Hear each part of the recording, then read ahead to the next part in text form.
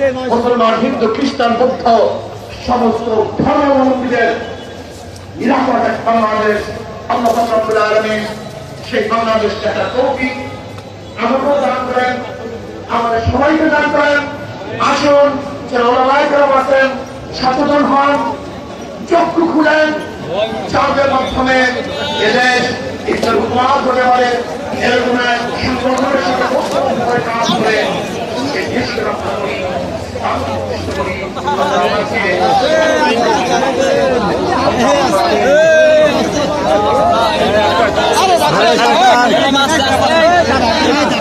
আমার তো আর আড়াইতে চাই না আমি।